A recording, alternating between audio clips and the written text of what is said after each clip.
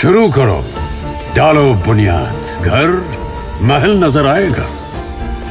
Wonder लाइए, wonder अपनाइए, फर्क नजर आएगा। वंडर सीमेंट, फर्क नजर आएगा। नमस्कार, मैं हूं रविंद्र जैन और आप देखना शुरू कर चुके हैं सबकी खबर। आज मध्य प्रदेश के मुख्यमंत्री डॉक्टर मोहन यादव को जितनी भी बधाई दें उतनी कम है। दरअसल मोहन यादव जी के निर्देश पर आज जो कार्रवाई हुई है वो ऐसा लगता है कि गरीबों को हक देने की दिशा में बहुत बड़ा एक तरह से आप उदाहरण मान सकते हैं। दरअसल आप और हम जानते हैं कि सहारा ग्रुप जो है उसने छोटे छोटे निवेशकों से पैसा लिया था और कई शहरों में ज़मीनें खरीदी थी। सहारा जब डूबने लगा तो ये ज़मीनें औने पौने दांव पर बेच दी गई हैं। आज मध्य प्रदेश में ईओडब्ल्यू ने एक एफआईआर दर्ज की है और वो एफआईआर दर्ज की है सहारा ग्रुप के जो चेयरमैन रहे हैं, संस्थापक सुब्रत राय के बेटे हैं जिनका नाम है सीमांतो राय, और एक संस्थापक उनके एक डायरेक्टर हैं इनका नाम है जेवी रॉय, और इनके एक डिप्टी मैनेजर वर्कर हैं ओपी श्रीवास्तव। तीनों पर एफआईआर की गई है और इन पर आरोप लगा है कि इन्होंने ज़मीनें बेचने के मामले में लगभग 72 करोड़ 82 लाख रुपए की अनियमितता की है, घोटाला किया है, पैसे को खुर्द-बुर्द किया है। अब मैं आपको बता दूं कि मुख्यमंत्री का उद्देश्य उन गरीबों को हक दिलाना है जिनका ये पैसा है जिसे खुर्द-बुर्द किया गया है। लेकिन आज सबसे बड़ा झटका मध्य प्रदेश के अरबपति विधायक संजय पाठक को लगा है, क्योंकि आज जिन 5 शहरों में ज़मीनों को लेकर एफआईआर हुई है उसमें से 3 शहर की ज़मीनें संजय पाठक उनके परिवार की कंपनियों ने खरीदी है। अब मैं आपको एफआईआर दिखाता हूं। ये एफआईआर की कॉपी ईओडब्ल्यू ने जो एफआईआर की है उसकी कॉपी है, और इस एफआईआर में ये कहा गया है कि भोपाल, जबलपुर, सागर, कटनी और ग्वालियर 5 शहरों में ये ज़मीनों की जो खरीद फरोख्त हुई है इसमें आर्थिक अनियमितता करीब 72 करोड़ 82 लाख की हुई है। दरअसल सहारा की ज़मीनें बेचने के मामले में सुप्रीम कोर्ट ने साफ निर्देश दिए हैं। सुप्रीम कोर्ट का कहना है कि बाजार दर से कम 90% की दर से ये ज़मीनें बिकना चाहिए, कम से कम, ज़्यादा मिले तो और अच्छा है, और ये पैसा पूरा सेबी के अकाउंट में जमा होना चाहिए। लेकिन बड़ी बात यह है कि ना तो ये 90% जो होना चाहिए वो हुआ है और ना ही पूरा पैसा सेबी के अकाउंट में जमा हुआ है। इस संबंध में आपको मालूम है एक कटनी के एक सामाजिक कार्यकर्ता हैं जिनका नाम है आशुतोष मनु दीक्षित, उन्होंने एक शिकायत ईओडब्ल्यू में की थी।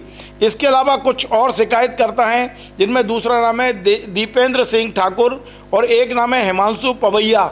इन लोगों ने ये शिकायतें की थी और ईओडब्ल्यू पिछले 5-6 महीने से इस पर लगातार एक तरह से जांच कर रही थी। हमने कल एक कार्यक्रम बनाया था, हमने कहा था कि संजय पाठक के हाथ से 310 एकड़ ज़मीन फिसलने वाली है। आप सोचिए अभी 24 घंटे पूरे नहीं हुए और ये एफआईआर मेरे हाथ में आ गई है। देखिए मेरे सूत्र कितने मजबूत है, मैंने कल बता दिया था, हालांकि मैंने नहीं कहा था कि ईओडब्ल्यू में एफआईआर हो रही है, पर मुझे पता था कि हो सकती है, मेरे सूत्र मुझे संकेत दे रहे थे। आज एफआईआर हो गई है और ये जो ज़मीन जिसे संजय पाठक जी ने मात्र 80 करोड़ में ख़रीदा है, 312 एकड़ ज़मीन संजय पाठक जी ने भोपाल, कटनी और जबलपुर में जो खरीदी है वो लगभग 80 करोड़ में खरीदी है। और आप विश्वास करेंगे ये ज़मीन बाजार कीमत इसकी 1000 करोड़ की है। संजय पाठक जी तो बड़े खुश हो रहे थे 2022 में, जनवरी फरवरी में ज़मीनों की रजिस्ट्रियाँ हुई थी, अब तो वे अरबपति खरबपति हो गए। लेकिन आज पूरी हवा निकाल दी डॉक्टर मोहन यादव जी ने। मोहन यादव जी का साफ साफ कहना है, साफ साफ मानना है कि जो गरीबों का पैसा है वो गरीबों के खाते में जाना चाहिए, और आज इस बात को उन्होंने सिद्ध कर दिया है। उन्होंने चिंता नहीं की कि ये ज़मीन उनके विधायक ने खरीदी है, उन्होंने चिंता नहीं की सागर की ज़मीन बीजेपी के नेता ने खरीदी है, उन्होंने चिंता नहीं की ग्वालियर की ज़मीन में कौन नेता इसके पर्दे के पीछे है। आज मोहन यादव जी ने ईओडब्ल्यू को सीधे निर्देश दिए कि यदि दोषी हैं तो एफआईआर करिए। अब हमारे सूत्र हमें जो बता रहे हैं वो सुनेंगे तो चौंक जाएंगे। ये सारी 5 शहरों की ज़मीनें इसकी रजिस्ट्रियाँ शून्य होंगी, क्योंकि इसमें हाई कोर्ट के आदेश का उल्लंघन हुआ है। बेशक आप कितनी भी लिटिगेशन में चले जाएं, ये ज़मीनें अब विवाद में आ चुकी हैं और बड़ी बात यह है कि सुब्रत राव के बेटे सुब्रत राय जो सारा के सारा श्री कहलाते थे, उनके बेटे आरोपी हैं और कभी भी इसमें गिरफ्तारी हो सकती है। हमारे सूत्र तो हमें एक और बड़ी बात बता रहे हैं, ज़रा गौर से सुनिए। अब जो मैं बताने जा रहा हूँ ज़रा कान लगा के सुनिए। इस मामले में अगले कुछ दिनों में ईडी की एंट्री होने वाली है। देखिए, हमने कल बताया था कि इस मामले में 310 एकड़ ज़मीन हाथ से निकलने वाली है, आज सिद्ध हो गया। आज हम एक नई एडवांस खबर बता रहे हैं। ईडी प्रतीक्षा कर रही थी इस एफआईआर की। ये एफआईआर आ गई है, मेरे हाथ में आ गई है, बस इसी का इंतजार था ईडी को। अब देखिए ईडी धड़ाधड़ गिरफ्तारियाँ करेगी। देखिए, इसमें बड़ी बात यह है कि एफआईआर हुई है खरीदार के बेचवाल के खिलाफ, जिसने बेचा, पैसा लिया, सेबी में जमा नहीं किया। लेकिन मुझे लगता है कि खरीदार भी कम दोषी नहीं होंगे, क्योंकि उन्हें पता था, जब उन्हें यह पता था कि सुप्रीम कोर्ट का आदेश है, जब उन्हें यह पता था कि 90% से कंपनी खरीद सकते, तो उन्हें यह भी पता था कि पैसा सेबी के अकाउंट में देना है, जो इन्होंने नहीं दिया है।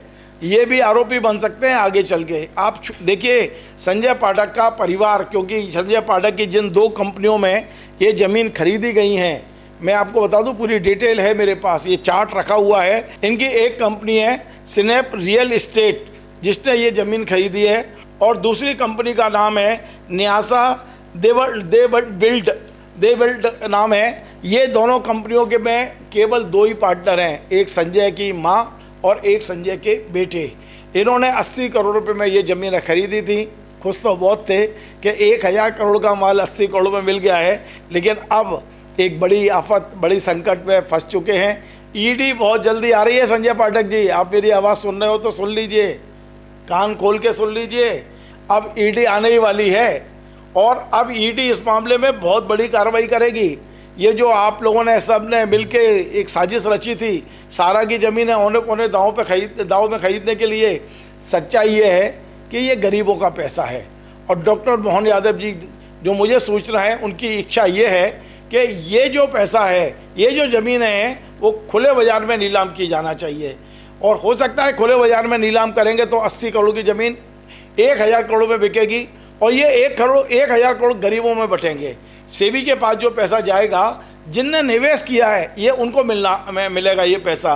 पाठक जी, अब आपकी जेब से तो निकलने वाला है। सोच लीजिए, अब आपकी जेब से तो ये जाने वाली है, आपके हथेली से ये ज़मीन फिसलने वाली है।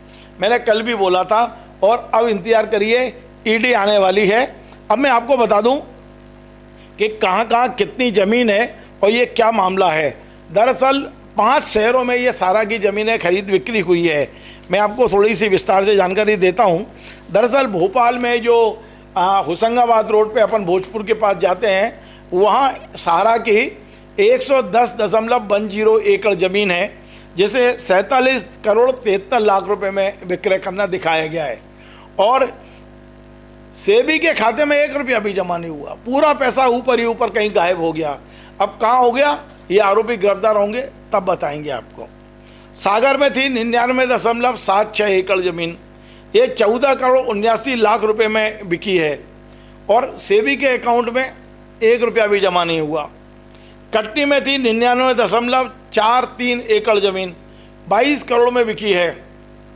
सेबी के अकाउंट में 14 करोड़ 85 लाख जमा हुए, 7 करोड़ 15 लाख निकाल के दूसरी जगह ट्रांसफ़र कर लिए। जबलपुर में जो संजय पाठक जी के परिवार ने खरीदी है, 99.44 एकड़ ज़मीन है, ये बिकी है 20 करोड़ 60 लाख रुपए में। 17 करोड़ 7 हज़ार सेबी में जमा हुए, बाकी 3 करोड़ 53 लाख रुपए दूसरी जगह ट्रांसफ़र कर दिए गए हैं।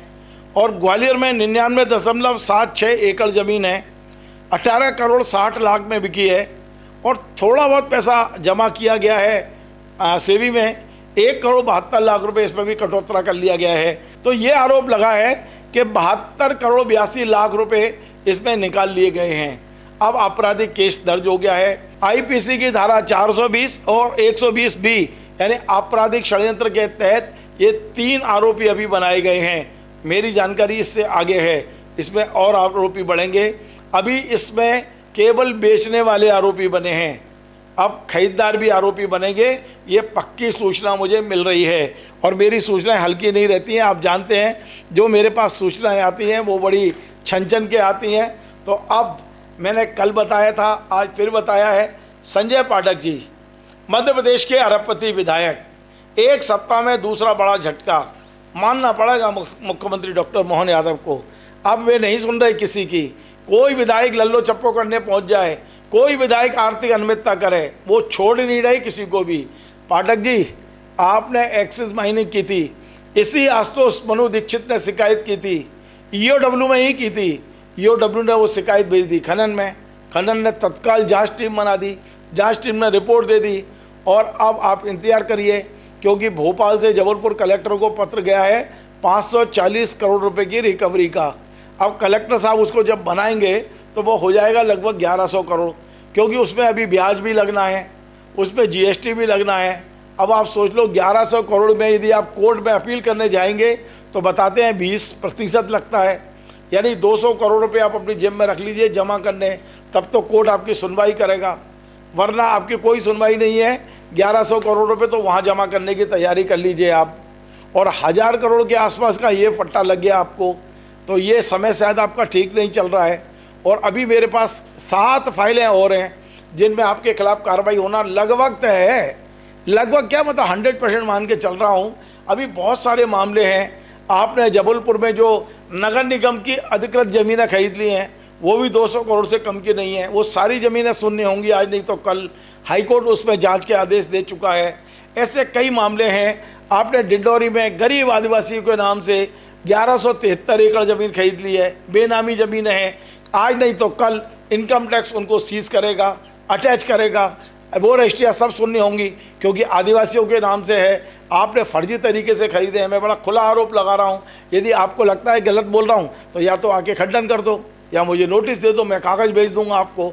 आपको जो उचित लगे वो करिए, पर एक नहीं है, अब तो तमाम फाइलें हैं। मैं तो कह रहा हूँ कि अब आपकी फाइलें खुलना शुरू हुई हैं। अभी 2 खुली हैं जिसमें लगभग 2000 करोड़ का फट्टा आपको लगा है। अभी कई फाइलें खुलने वाली हैं। पाठक जी, मैं आपका दुश्मन नहीं हूँ, आज फिर भी बोल रहा हूँ, लेकिन जो आपने किया है वो मैं पब्लिक को बताता हूँ। एक पत्रकार के नाते जो मेरा अधिकार है, जो मुझे बताना चाहिए। बाकी लोग मुंह पे पट्टी बांधे हैं तो बांधे रहे, मैं मुंह पे पट्टी बांध के नहीं बैठा हूँ। मैं लगातार खबरें दे रहा हूँ। जो पक्की जानकारी होती है, जिसके दस्तावेज मेरे पास होते हैं, जो मेरे रिलायबल सोर्स मुझे बताते हैं, वही खबर चलाता हूँ। और अभी तक आपने देखा जो मैंने खबर चलाई है वो हवा में नहीं चलाई है, या तो दस्तावेजों के साथ चलाई है या वो चलाई है जो कल घटित होने वाला है। मेरी एक भी खबर हवा में नहीं रही पाठक जी। मैं लगातार आपको सचेत करता रहा हूँ। एक मित्र के नाते मैं फिर कह रहा हूँ कि मेरी आपकी दुश्मनी नहीं है। मित्र के नाते मैंने कई बार आपको सचेत किया है। यदि आप मित्र मानते तो सचेत हो जाते। 2 फट्टे लग गए अब आपको, 2 बड़े झटके लग गए हैं आपको। आगे आप इंतज़ार करिए, बहुत सारी खबरें हैं। मुझे तो दिख रहा है कि आगे क्या होने वाला है, आपको नहीं दिख रहा है तो ये आपकी भूल है। ये जो ईओडब्ल्यू ने शिकायत की है, ये अभी बहुत दूर तक मामला जाएगा। आज तो केवल एफआईआर हुई है, अब आप देखते चलिए ये मामला कहाँ तक जाएगा और क्या क्या इसमें होने वाला है। केवल पाठक जी आप अकेले नहीं हैं इस मामले में, तो सागर के बीजेपी के नेता, ग्वालियर के बीजेपी के नेता, तमाम सारे नेता अभिनेता जाने कौन कौन फंसे हैं। देखते हैं कौन कौन जेल जाएंगे, कौन बचेंगे, कौन हाई कोर्ट भगेगा, कौन सुप्रीम कोर्ट भगेगा, क्या होगा। हमारे पास तो अब खबरें आती रहेंगी जो हम दर्शकों से शेयर करते रहेंगे। आपको हमारा कार्यक्रम पसंद आए तो आप इसे शेयर करें, लाइक करें, कमेंट करें। आपसे बार बार निवेदन, हमारे चैनल को सब्सक्राइब अवश्य करें। धन्यवाद।